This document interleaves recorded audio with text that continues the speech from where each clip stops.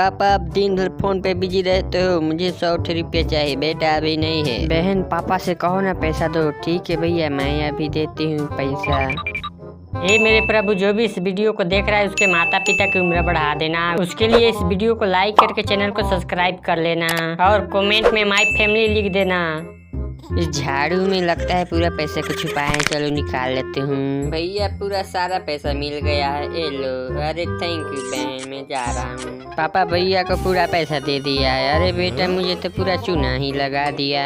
अरे बहन चलो पापा को चप्पल से सबक सिखाते ले। मुझे किसी ने मारा बेटा, तूने मारा? अरे बेटा आपके पीछे देखो, आपके बेटी ने मारी। अरे